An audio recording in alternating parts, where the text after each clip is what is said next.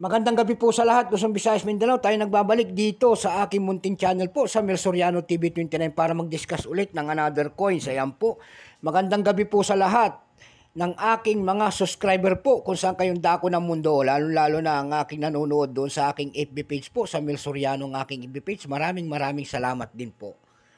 Ayan, magandang gabi po sa lahat ng kolektor. Ayan, special shoutout po ang ating Kanime Online po. Ayan, magandang gabi po. Ayan. At ang ating mga kolektor ng Pilipinas kung saan kayong dako ng mundo po. Ang ating pag-uusapan ngayon, ito po ay pera po ng NGC. Ayan po, makikita nyo po ang imahe ng isang lalaki. Ayan, din year 2020 po. Ayan. Ayan. Siya po ay si Apolinario Mabini. Ayan po. Bago tayo magsimula sa ating talakayan, kilalanin mo muna natin siya. Issue, Philippines po, period, Republic, 1946 up to date po, type, standard circulation coins, years, 2017 hanggang 2020, value, 10 pesos po, currency, piso, 1967 up to date po. Composition po nito ay nickel-plated steel. May bigat po itong 8 grams, may haba po itong 27 mm, may kapal po naman itong 2.5 mm. Ang kanyang hugis po, syempre, bilog. Ayan, orientation ito, medal alignment. Ayan po.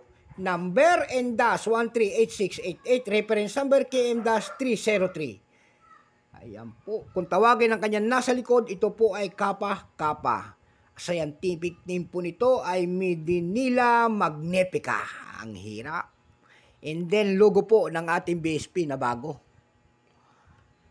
Ayun. Ito pong 2020, ito po ay 5%. Ayan po, wala po siyang price. 5% lamang, wala pa pong mintage kung ilang piraso ito at ito ay ating ginagamit pa. Ayan po. Pero wala rin siyang price, na selling price doon sa ating limista. Ayan. Kaya dumako tayo sa kanyang platform kung magkano na talaga ang kanyang halaga. Doon sa ab.com po nito may nagbebenta na po ng $5.59. Ayan.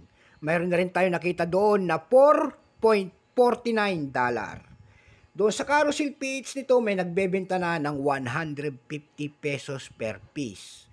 Mayroon din tayo nakita doon na 10 pesos po. Ayan. 10 pieces po, binibenta niya in GC. 10 pesos po na year 2020 po, binibenta niya. 10 piraso po, nagkakahalaga po ng 2,500. Ang seller po ay si Ashley Noyo. Ayan.